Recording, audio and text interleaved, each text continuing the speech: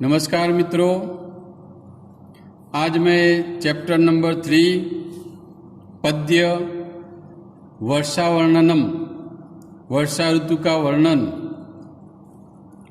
इसमें 7 श्लोक है और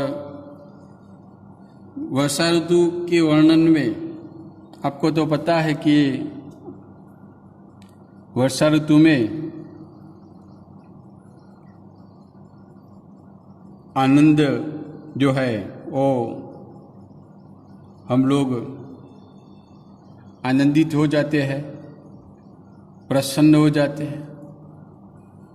तो यहाँ वर्षा ऋतु का वर्णन जो है इसमें अलग अलग श्लोक में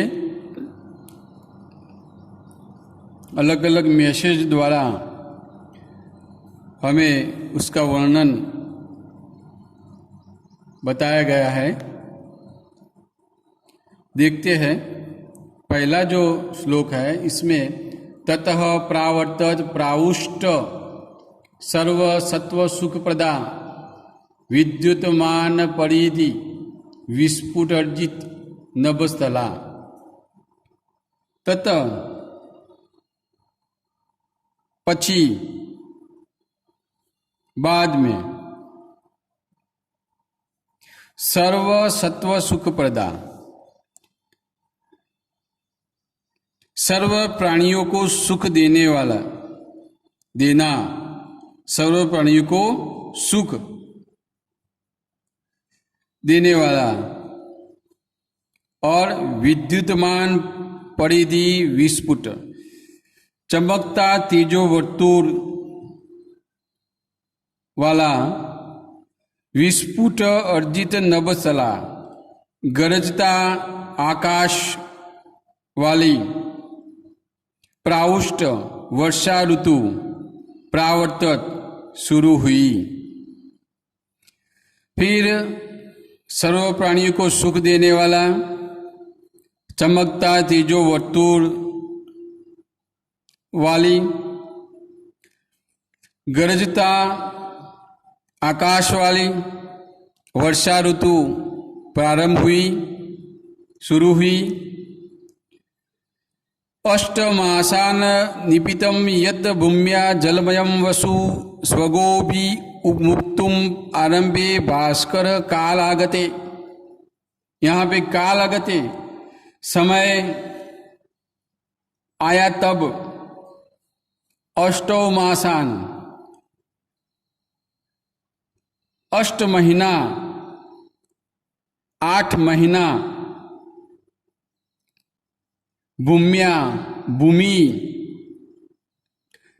जलमयम जल रूपी, वसु द्रव्य को, निमित्तम पी रही थी, निपितम पी रही थी, धरती जल रूपी द्रव्य पी रही थी। भास्कर, तब उसको सूर्य ने स्वगोभी अपने किरणों के द्वारा मुक्त आरंभे छोड़ने की शुरुआत की, छोड़ने की शुरुआत की। तीसरा, निशा मुखेषु खगोताम तमसा भांति न ग्रहा यथा पापेन पाखंडा नहीं वेदा कलौ युगे। निशा मुखेषु, रात्रि के प्रारंभ के समय, रात्रि के प्रारंभ के समय, कलौ युगे कलयुग में जैसे पापेन पाखंडा, पाप से पाखंडी लोग, पाप से या पापी पाखंडी लोग, तमसा खगोता अंधकार में आज्ञा की भांति भ्रांति सुशोभित है। आज्ञा आपको पता है, जीव जंतु जो रात में चमकता है उसके पीछे जैसे कि एलईडी लाइट लगी हुई हो ऐसा लगता है, वो आगिया जो रात में अंधकार में चमकता है, पीछे लाइट जैसा लगता है, एलईडी लाइट हो ऐसा लगता है, तो वो खगोत, खगोत माने आगिया। तमसा अंधकार, अंधकार में आगिया जैसे भांति सुशोभित है, वैसे न ग्रहा, वैसे ग्रहों की माफिक, ग्रहों के माफिक नहीं वेदाः, वेदों सुशोभित नहीं होते, वेदों सुशोभित नहीं होते, शोभते नहीं है। जैसे ग्रह नहीं दिखते वैसे वेदों भी नहीं दिखते। उसका अध्ययन आजकल कोई करता नहीं है, वेदों का ज्ञान लुप्त हो रहा है। उसके अनुसार उसके लिए ये बताया गया है कटाक्ष के रूप में। आगे 4 नंबर, क्षेत्राणि शस्य संपदि कर्षकाणां मुदं ददु धनीनां उपतापं च दैवाधीनं जानताम। क्षेत्राणि, क्षेत्राणि माने खेतर, खेतरों, शस्य संपत्ति, धान्य रूपी संपत्ति से कर्षकाणाम खेडूतों को मुदम ददु आनंद दे रहा है, आनंद दे रहा है, आनंद दे रहा है, मुदम ददु आनंद दे रहा है। धनीनाम उपतापम और धनवानों को संताप, तथा अजानताम जिनको पहचानते नहीं है, जानते नहीं है, उनको दैवाधीनम भाग्य के अधीन जो भी है वो देने लगे, भाग्य के अधीन जो है वो देने लगे, जिसका जो भाग्य है उस हिसाब से देने लगे, तो भाग्य के अधीन देने लगे। 5वां श्लोक है, जल स्थलौ कसौ सर्वे नववाणिनी निषेवया अबिभ्रद रुचिरम रूपम यथा हरि निषेवया।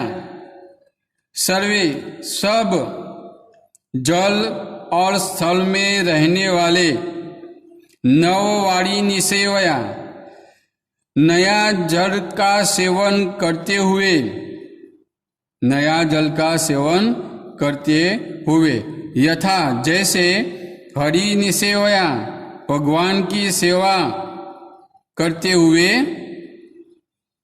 रुचिरम रूपम रमणीय रूप को,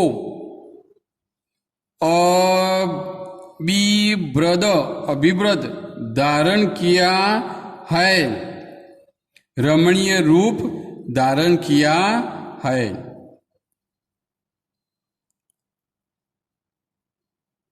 आगे, मार्गा बभू संदिग्ध तृणई छन्ना संस्कृता न अभ्यासमाना श्रुतयो द्विजहि काल हता इव। यहाँ पे द्विजयी, द्विज का मतलब है ब्राह्मण, जो ब्राह्मण है उसको द्विज कहते हैं। तो ब्राह्मण न अभ्यास माना, अभ्यास नहीं करते हैं, अभ्यास नहीं करते हैं। काल हता इव समय आने से नष्ट होने वाले, श्रुतयो वेदों की तरह, श्रुतयो वेदों की तरह, वेदों के माफक, वेदों की तरह, वेदों की तरह।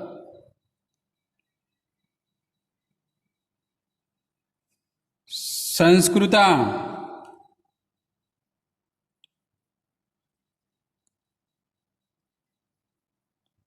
अच्छे या योग्य न करने वाले, योग्य, साफ सुथरा, स्वच्छ नहीं करने वाला, तृणई छिन्ना, घास से छवाएला, संदिग्ध मार्गा बबू, अस्पष्ट और धुंधला। संदिग्ध का मतलब है अस्पष्ट और धुंधला, मार्गा और रास्ता, बबू बन गया। तो वर्षा ऋतु में देखो घास जब उगती है तो रास्ता जो है उस पर एक आवरण आ जाता है, घास छा जाता है उस पर। तो घास से छाया हुआ जो मार्ग है, रास्ता है, वो रास्ता अस्पष्ट और धुंधला बबू बन गया, धुंधला बन गया। इसके बाद लास्ट में है मेघाम उत्सवाहष्टा प्रयत्नानंद शिखंडीन गृहेषु तप्ता निर्वीणा यथा भागवत जना आगमे। यहाँ पे जैसे भगवान के भक्त का आगमन होते हुए निर्वीणा उदास रहने वाला, तप्ता संताप पामने वाला, गृहेषु गृहस्थो घर में रहने वाला, गृहस्थो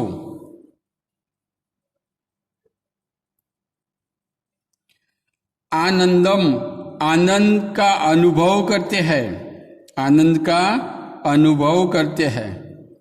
मेघागमन उत्सव हष्टा, जैसे कि बादल के आगमन के उत्सव मनाने वाले, हष्टा हर्ष पामने वाले, शिखंडीन मयूरो आनंदम, आनंद का अनुभव कर रहे हैं, यानी कि नाच उठे हैं, प्रसन्न हो गए हैं, आनंदित हो गए हैं।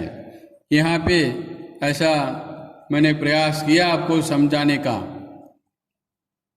आप एक दो बार पढ़ लेना और गाइड में इसका इंग्लिश में ट्रांसलेशन आप देखकर तैयार कर देना। धन्यवाद।